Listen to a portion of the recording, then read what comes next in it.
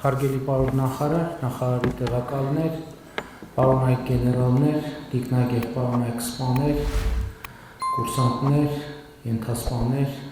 շարքային կազմի զինծառայողներ, պաշտպանության նախարարության հարգելի աշխատակիցներ, շնորհավորում եմ բոլորիս բանակի կազմավորման, ձևավորման 34-րդ տարեդարձի առիթով եւ շնորհակալություն եմ հայտնում բոլորիդ նախարար Պապիկյանի գլխավորությամբ այս ընթացքում կատարած աշխատանքի համար։ Ընդ որում ուզում եմ ասել, որ իմ այս շնորհակալության խոսքերը միայն արարողակարգային չեն, չնայած դրանց արարողակարգային իմաստը շատ կարևոր է, բայց տվյալ դեպքում ունի շատ կոնկրետ պատճառ եւ կապված է մի շատ կոնկրետ իրադարձության հետ, որի մասին հիմա ձեզ կպատմեմ։ Ես երբ պատրաստվում էի գրել բանակի օրվա առիթով իմ ուղերձը, բնականաբար պլանավորում էի, թե ինչ կարող եմ նշել այդ ուղերձում, որպես այս ընթացքում բանակում կատարված փոփոխությունների, կոնկրետ փոփոխությունների եւ ձեռքբերումների տրամաբանությունը ընդգծելու համար։ Եվ երբ սկսեցի թվարկել, հասկացա, որ ոչ թե ուղերձ, այլ գիրք պետք է գրեմ վերջին տարիներին բանակում տեղի ունեցած փոփոխությունները արձանագրելու համար։ Իմիջիալոց սա ինձ համար ինչ որ առումով հայտնություն էր, որովհետև ամենօրյա աշխատանքի մեջ մենք չենք էլ նկատում։ Այդպես գալիս է մի տարի, երկու տարի, մի իրադարձություն, երկու իրադարձություն, մի ձեռքբերում, երկու ձեռքբերում, ով անստում ամեն օր հաշվում, թե այսօր ինչ բան ավելացավ մեր գործողություններին։ Ավելին ասեմ, երբ նախարարը մի շարք հանգամանքների մասին խոսում էր, ես դահլիճում նստածների շատերի ռեակցիայից հասկացա, որ նույնիսկ զինված ուժերում եւ պաշտպանության նախարարությունում շատ բաների մասին չգիտեն եւ շատ բաներ նորություն են եւ դա հասկանալի է, որովհետեւ ամեն մեկը իր ուղղությամբ է աշխատում, ել չեմ ասում, շատ բաներ մինչեւ մի քսորով պահը արվում է խիստ գաղտնիության եւ կոնսպիրատիվ պայմաններում, բայց ես նաեւ պատկերացրեցի, թե եթե զինված ուժերում շատ նրբությունների մասին չգիտեմ, ես դա կռահում եմ, ելի եմ ասում, երբ որ նախարարը ինչ-որ բանի մասին խոսում էր, որ շատ մարդկանց դեմքերի ոչ բոլորի, բայց ես նկատում էի որոշ մասի դեմքի արտահայտության փոփոխությունը։ Պատկերացրեք մեր հանրությունը ինչքան բան չգիտի, բայց ավելին ասեմ, ես մտածում էի, թե ինչ կա, որ եթե ուզենայի, կարող էի գրել ուղերձում, այսինքն կուզենայի, բայց ուղերձի ժանրը ինքը դեն չես կարա շատ երկար գրես, պիտի որոշակի բան լինի, սահմանափակում լինի։ Նախարարը իհարկե դրանց մի մասը թվարկեց։ Օրինակ տեսանելի բաներից մեկը համազգեստի փոփոխությունը, որը սկսված է եւ որը պետք է շարունակվի, եւ կարծում եմ, որ մենք որակական նոր համազգեստ ենք ունենալու, որը կարևոր է, ընդ որում դա դեռ նախնական դաշտային համազգեստի նմուշներն են, մենք շարունակելու ենք նաև ամենօրյա եւ տոնական համազգեստներ ենք ունենալու, բոլորովին նոր տրամաբանությամբ եւ ընդ որում ես հասկանում եմ նաև այն որոշակի նաև պեսիմիզմը կամ հորետեսությունը, որ երբեմն լինում է համազգեստի հետ կապված, դա նորմալ սովորական process է եւ դա ես նմանեցնում եմ մեզ բոլորիս 90-ականների սկզբից հայտնի մի երևույթի հետ, երբ որ մենք դեռ երկար ժամանակ համոզված էինք, որ մեխանիկական փոխանցումով ավտոմեքենան շատ ավելի լավն է, քան թե ավտոմատ փոխանցումով մեքենան, այդ հետո հասկացանք, որ ավտոմատ փոխանցման մեջ մեխանիկական հատված էլ կա, չի որ այդ նախկինի մասին մոռացվելը, եւ ընդհանրապես մեր ընկալումն է նա, որ հասկանում եք կան նրբություններ, որոնք մենք տենց շատ չենք կենտրոնանում, բայց ո՞նց կարա բանակի կամ ոստիկանության կամ որևէ բանակի մասին ասեմ, համազգեստը 15-20 տարի լինի նույնը, ընդհանրապես լինի նույնը։ Ես չեմ ասում, որ անընդհատ պետք է փոխվի, բայց համազգեստը պետք է 5 տարի մեկ մի նյուանս ավելանա, մի քիչ լավարկվի ու տեն շարունակ, որպեսզի ինքը անընդհատ ինքը մենակ ֆիզիկական մաշվածության խնդիր է, չի, նաև բարոյական մաշվածության խնդիր կա եւ ընդհանրապես սա համազգեստին չի վերաբերվում։ Սա վերաբերվում է ամեն ինչին, սա վերաբերվում է բոլորին, որովհետեւ այդ իմացության եւ փոփոխության գործընթացը շատ կարեւոր է, որովհետեւ մենք կարանք չփոխվենք, բայց աշխարհն է փոխվում։ Երբ որ մենք փոփոխվող աշխարհում չենք փոխվում, մենք դուրս ենք մնում աշխարհից եւ դա ցավոք այնա, ինչ մեր պատմության ընթացքում մի քանի անգամ մեզ հետ տեղի է ունեցել։ Եվ մենք որոշել ենք փոխել այդ գործերակերպը։ Մենք որոշել ենք, որ մենք այո, պիտի փոխվենք, շատ են ասում են, բանին 2011 թվին կամ վարչապետը կամ նախարարը սենց բան է ասել, 2002 թվին էլ սենց բան է ասել, 4-րդ դասարանում էլ ուրիշ բան է ասել։ Այսինքն մեր ընկալումն է նա, որ մենք չպիտի նոր գիտելիք եւ իմացություն ձեռք բերենք, եւ երբ որ արձանագրենք, որ ինչ որ բան չենք իմացել, պետք է դա թաքցնենք, ասենք չէ, մեր իմացածը ճշմարտություն է, որ վարչապետը ուրեմն ամեն ինչ գիտի, որ նախարարը ուրեմն ամեն ինչ գիտի, որ գեներալը ուրեմն ամեն ինչ գիտի, որ սպայը ուրեմն ամեն ինչ գիտի, ընդհակառակը այն վարչապետը, այն նախարարը, այն գեներալը, այն սպան, որը համարում է, որ ինքը ամեն ինչ գիտի, հենց այդ պահից ինքը դադարում է լինել պրոֆեսիոնալ, հենց այդ պահից ինքը այլևս չի կարող համապատասխանելի լինել իր ծառայությանը, որովհետև փոփոխվող աշխարհում եւ աշխարհով չէ, միջավայրում փոփոխվել, նույնը վերաբերվում է պետությանը, նույնը վերաբերվում է հանրությանը։ Սա չի նշանակում ինքդ քեզ ժխտել, սա նշանակում է համազգեստի օրինակով մի հատ կոմպոնենտ ավելացնել, մի հատ լրացնել, մի բանով զարգացնել, մի հատ ավելի գեղագիտական ավելի լավ տեսք ունենա, ավելի հարմար լինի, ավելի դիմակայուն լինի եւ այլն եւ այսպես շարունակ։ Եվ սա պետքա ընդհանուր առմամբ դառնա այն տրամաբանությունը, որը պետքա գերակա լինի մեր երկրում։ Եվ ես շնորհակալություն եմ հայտնում, որ ես անկեղծ պիտի ասեմ։ Ես առաջին անգամ զգում եմ իրապես, որ մեր բանակում այս տրամադրությունը կա։ Տրամադրությունը ամենակարևորն է։ Ընդ որում պետք չի մենք մեզ մեղադրել։ Մարդը իր երկարամյա ռուտինա ամենօրյա այդ սովորությունները փոխելը ամենադժվար բանն է։ Ամենօրյա ընկալումը փոխելը ամենադժվար բանն է։ Կարելի է օրը 4 անգամ որոշել, տենց պինդ որոշել, ձեռքը խփել սեղանին, բայց մեկը դա շատ դժվար գործողություն է։ Եվ ես ամենակարևոր ձեռքբերումը այսօր բանակի նախարարի գլխավորությամբ համարում եմ դա, որ այս ընկալումը կա, այս մտահորիզոնի անընդհատ ընդլայնելու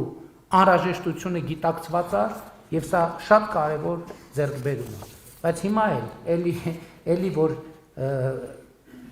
խոսեմ այն ամեն ինչի մասին, ինչը ուղերձում չեմ նշել, մտածում եմ այստեղ կնշեմ, ելույթս մի 2 ժամ կտևի։ Դրա համար մի հատվածը այնուամենայնիվ կշրջանցեմ, մանավանդ որ նախարարը խոսեց ռազմարտությունաբերական համալիրի մասին, կրթության ոլորտում։ Մենք ո՞նց ենք պատկերացնում բանակ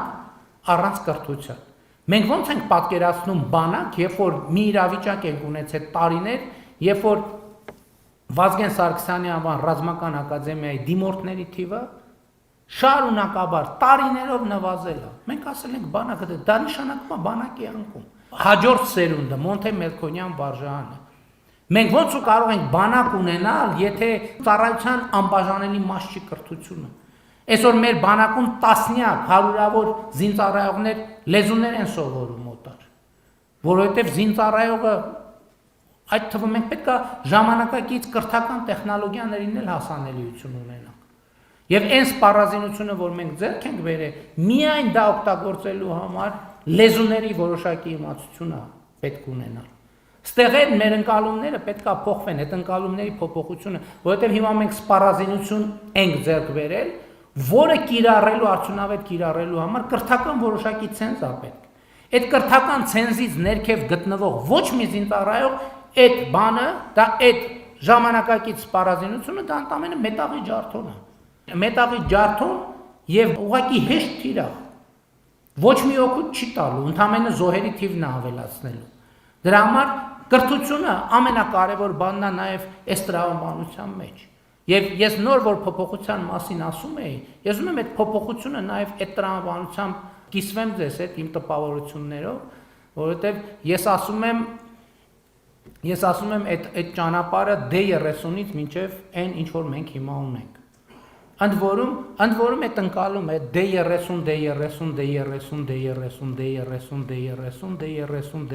D30, բայց հասկանում եք, այս ընկալման մեջ անընդհատ ինչ որ սխալ բան կա, բայց մենք հիմա Չենք հրաժարվել D30-ին։ Մեր օրոք, մեր բանակը առաջին անգամ ունի գործարանային արտադրության D30, որը մեզնից առաջ ոչ մեկ չի կրակել։ Նախկինում մեր բանակի պատմության ընթացքում նույնիսկ այդ գովական եւ ամենասիրելի D30-ից մենք մի հատ անգամ չենք ունեցել, ու լավ կարող չենք ունեցել, չէ՞։ Մի հատ չենք ունեցել, որի առաջի կրակողը մենք եղենք։ Ընդհակառակը մենք ունեցել ենք այնպիսի D30-ներ, որի 100%-ով վերջին կրակողն ենք մենք լինելու, որովհետև այդ նի կոնդիցիոնի D30-ի ահռելի, դա չի ահռելի քանակ եղել։ Եվ դուք դա բոլորդ գիտեք։ Եթե դուք չգիտեք, ես գիտեմ դա։ Եվ սա շատ կարևոր է, այս ամեն ինչի մասին ընդունված չի եղել մեր իրականության մեջ խոսել։ Եվ մենք այսօր ոչ միայն խոսում ենք, ասում եմ, այսօր մենք ունենք մեծ D30-ից մենք չենք հրաժարվել։ Բայց D30-ը լրացվել է այնպիսի զինատեսակներով, ես հույս ունեմ, ձեզնից շատերը տեսել են, բայց համոզված եմ առաջիկայում կտեսնենք։ Զինծառայության բովանդակության մեջ մենք այսօր սերժանտական համակարգ են ներդրում, որը շրջադարձային նշանակություն է ունենալու մեր զինված ուժերի, մեր բանակի մարտունակության տրամաբանության մեջ։ Եվ սա շատ երկար եւ մանրամասն քննարկված բովանդակային փոփոխություն է, որը շատ կարեւոր եմ համարում։ Տարածքային պաշտպանության համակարգը մենք բոլորովին ըստ էության 0-ից նոր համակարգ ենք ստեղծում։ Եվ սա էլ շատ էական է։ Ես ուզում եմ անդրադառնամ այն փոփոխություններին, որոնք ինձ համար, այսպես ասած, ամենասիրելի փոփոխություններից մեկը մեր բանակում այդ պաշտպան հայրենիաց ծրագիրն է։ Եվ գիտեք ինչի համար։ Որովհետև ես նայում եմ այսօր, գիտեք, որ նաև մեր կրթական համակարգի մասնագիտական կողմնորոշման հատվածի թույլ լինելու բերումով շատ դեպքում մեր շրջանավարտներ դպրոցի շփոթվում են ուղղակի կյանքում, չգիտեն ինչ անեն եւ մի հսկայական մասը ուղղակի այդպես էլ կյանքում իրեն չի գտնում։ Պաշտպան հայրենիաց ծրագիրը հոյակապ շանս է մեր երիտասարդության համար, որ իրանք մասնագիտական կողմնորոշում ունենան նաեւ հոգուտ զինվորական ծառայության։ Որտեղ մենք այդպիսի համակարգ նախկինում չենք ունեցել, որ երիտասարդին կամած մոտեցնենք զինծառայությանը եւ ցույց տանք նրա առավելությունները։ Այսօր մեր 19 տարեկան զինծառայողը բազմաթիվ զինծառայողներ ամեն ամիս իրանց տուն 500,000, 600,000 դրամ են տանում եւ մարտական հերթապահությունից դուրս ապրում են իրանց տանը, իրանց ծնողների հետ։ Այդ մարդիկ մեքենա են առնում, այդ մարդիկ տուն են առնում, այդ մարդիկ ամուսնանում են, հա, այդ մի ժամանակ, պարոն Ասրյան, կհիշեք, այդ ժամանակ խոսակցություններ կար մի ժամանակ, ես այս շենքում լսել եմ, որ ասում էին, բանին սպաներին աղջիկ չեն տալիս, ամենակարևոր մի քանի պատճառներով, որտեղ սոցիալական անապահովության ռիսկը ամենևին երկրորդական չէր, դրան գումարում էր նաև ծառայության բնույթի ռիսկը եւ սրանով շատ իրավիճակ էր լուծվում։ Եվ սա շատ սիրելի փոփոխություն է ինձ համար եւ ուրախ եմ, որ մենք այս փոփոխությունը արել ենք։ Այսօր ժամկետային զինծառայողը պաշտպան հայրենիացը ճիշտ է պայմանագրային է, բայց համարում եմ ինքը ժամկետային զինծառայողը։ Ժամկետային զինծառայողը իր տուն երբեմն այնքան գումար է մտցնում, կան շատ այդպիսիները համոզված եմ, որ այդ տունը վերջին 20 տարում, վերջին 30 տարում միանվագ ամիսը 500,000 դրամ չի մտել։ Եվ սա փաստ է, կայացած փաստ է։ Եվ ես նաև սրա համար եմ ուզում ձեզ բոլորիդ շնորհակալություն հայտնեմ։ Այո, կառավարության դերը շատ կարևոր է։ Նախարարի դերը այս դեպքում շատ կարևոր է, բայց շատ կարևոր է, որ հասկանում եք, շատ կարևոր է, որ ներսում կա ընկալում, գործի գիտակցում, թե ինչ ենք անում մենք, ինչի համար ենք անում, սա ամենակարևոր բանն է, որտեղ դուք բոլորդ գիտեք, համակարգային դիմադրությունը ամենադաժան բանն է, որը երբեմն հնարավոր չի լինում հաղթահարել, բայց այն, որ այս ամեն ինչը տեղի է ունենում, ես ուզում եմ ընդգծեմ, սա ձեր բոլորի, մեր բոլորի համատեղ ջանքի արդյունք է, եւ ես ուզում եմ, որ մենք սա գնահատենք, սա շատ կարևոր է, սա շատ բարձր արժեք ունի։ Թվայնացման մասին չխոսեմ, հաջորդը կադրային առաջընթացի մեր բանաձևերը։ Մենք այսօր Ընդհուպ մոտենում ենք, չեմ ասում արդեն մոտեցել ենք, ընդհուպ մոտենում ենք այն վիճակին, որ կադրային առաջընթացը կախված է միայն անձի աշխատանքի եւ ծառայության որակի հետ։ Տեսեք, չեմ ասում, արդեն հասել ենք այդտեղ, ասում եմ, ընդհուպ մոտենում ենք այդտեղ։ Եվ սա հաջորդ շատ կարևոր մի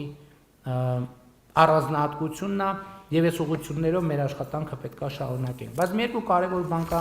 որ էլի պարտադիր պետք է ասել։ Տեսեք, այս պարազինության թեմաների հետ կապված ես հրապարակային ասել եմ, որ շատ խոսում եմ, պետական պարտքը ավելացավ, էս եղավ, ես արդեն ասել եմ, որ պետական պարտքի սովորական կորագծից դուրս որևէ ավելացում ինչ որ եղել է, երկու բանի հետ է կապված։ Առաջինը սպառազինության եւ ռազմական տեխնիկայի ձեռքբերման միջազգային պայմանագրերի եւ երկրորդը Ղարաբաղի մեր ժողովրդի կարիքները հասցեագրելու համար, որովհետեւ երկուսն էլ մենք հայտնվել ենք մի իրավիճակում, երբ որ մեզ մեծ ծախս է պետք անել, որպեսզի մեր խնդիրները կարողանան լուծել։ Եվ այս առումով, եւ երբ որ առաջ անգամ այդ ասցի, սենց մի հատ բան է, կոնտեքստ կա, ինձ ասում են Հայաստանի ժողովրդին, այս կառավարությունը ասում են, բանը Ղարաբաղցիներին չի սիրում, ու սենց ասում է ժողովրդին ուզում է տրամադրի Ղարաբաղցիների դեմ։ Ես հազար ներողություն եմ խնդրում այս թեմային անդրադառնալու, բայց եկեք մի հատ նայենք զինված ուժերի հրամկազմին։ Եվ սա արտահայտում է, այսինքն սա ես ինչի համար եմ ասում։ Նախ ես համարում եմ, որ ընդհանրապես մենք այդ տեղային տրամաբանությունից պետք է դուրս գանք, ասենք, որ ես իջևանցի եմ ինչ, եւ որ գլխավոր շտաբի պետ ա եղել, որը իջևանցի է ինչ, որ մեր թաղից ա եղել ինչ։ Բայց ես նաեւ ուզում եմ ասել, որ ես շատ բարձր եմ գնահատում մեր բոլոր գործընկերների ներդրումը։ Այստեղ ես զգում եմ, ես այսօր ասում եմ, առաջի անգամ զգում եմ, որ համախոհների թիմը ձևավորված։ Համախոհ ոչ թե քաղաքական առումով, համախոհ պետական առումով, թե մենք ինչ ենք անում եւ ինչի համար ենք անում։ Եվ ես ուզում եմ, որ մենք սա ընդգծենք եւ այս տրամաբանությունը միանշանակ պետք է մենք շարունակենք։ Բայց կա նաեւ մի հանգամանք, որը մեր իրականության մեջ էլի շատ քննարկումների տեղիք է տվել, երբ որ ես ասել եմ, որ մենք մեր 18 տարեկան զինվորի վրա անհամաչափ բեռներ ենք դնում։ Ասում ենք 18 տարեկան զինվոր, դե գնա խրամատում, տես ինչ ես անում, մենք մեր գործերով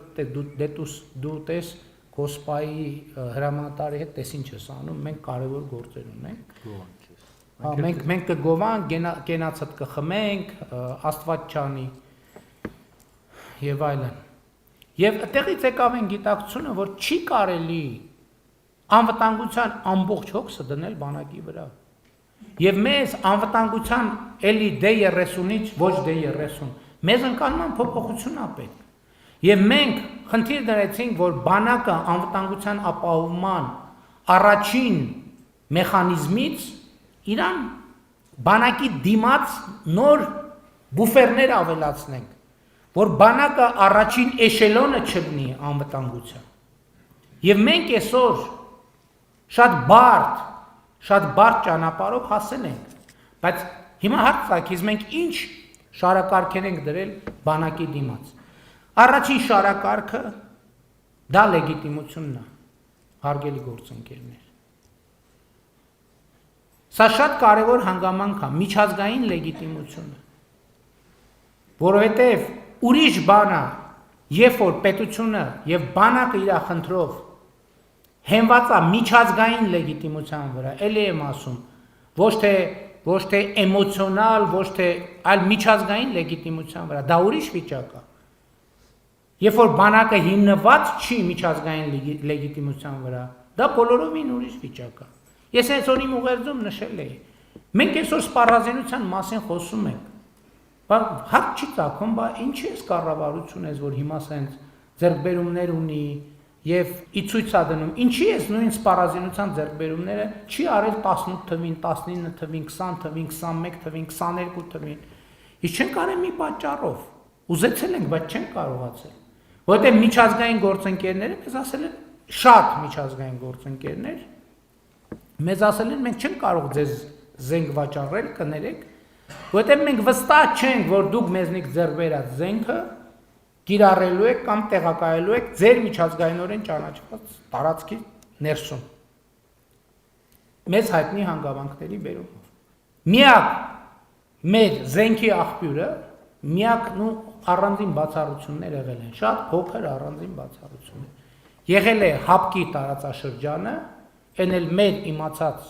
D30-ներ եւ ոչ միայն D30-ների տրամաբանության մեջ, ես ուզում եմ մենք սա առերես մենք էս փաստի հետ, որ նախորդ շրջանում մենք գործարանային արտադրության զենքի շատ քիչ մատակարարում ենք ունեցել։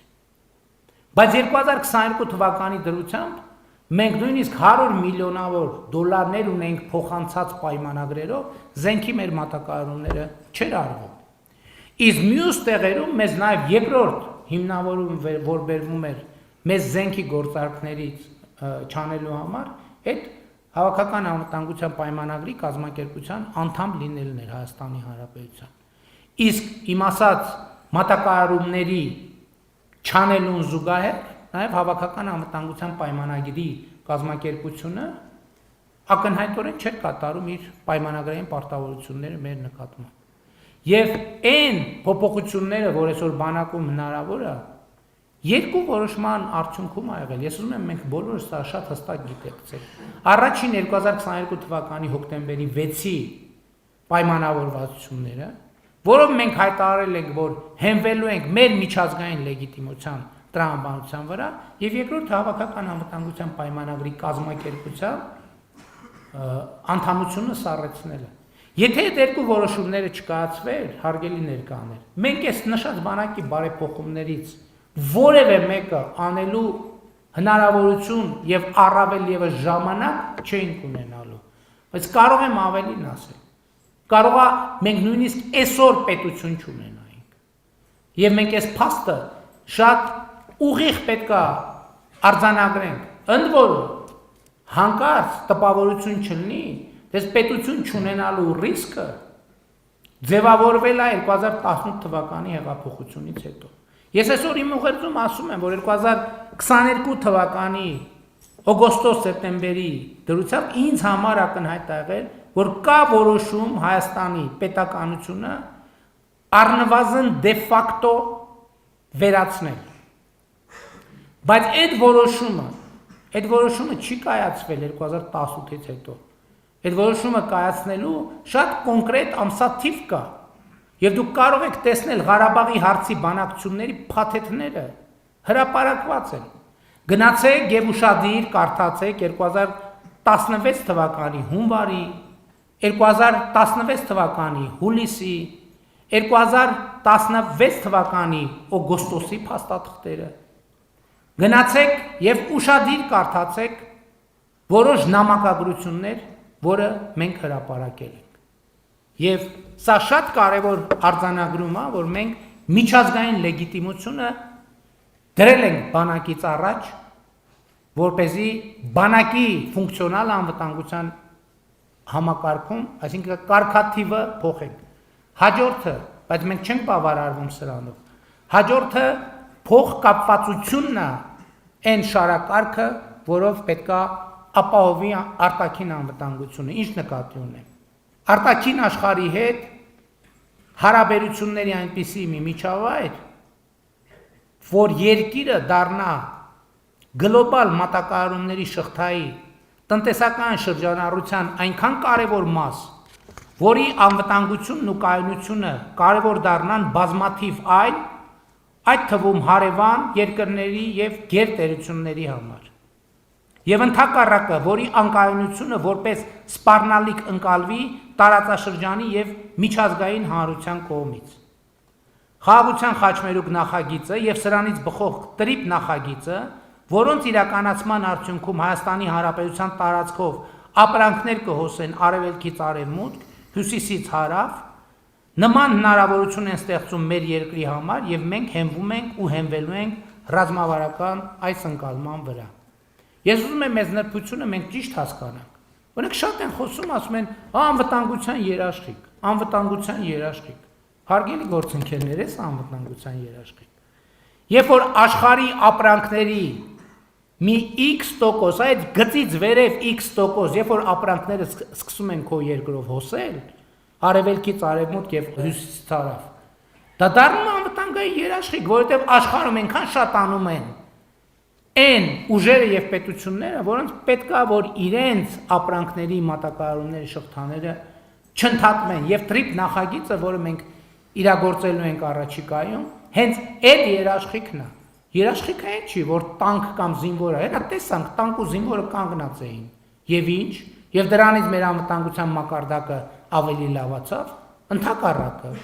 ընդհակառակը, այդտեղ տեղակայված տանկն ու զինվորի խնդիրն էր, որ մեր տանկ ու զինվոր չլինի այդտեղ։ Ամեն ինչ անեն, որ մեր տանկն ու մեր զինվորը վերանա։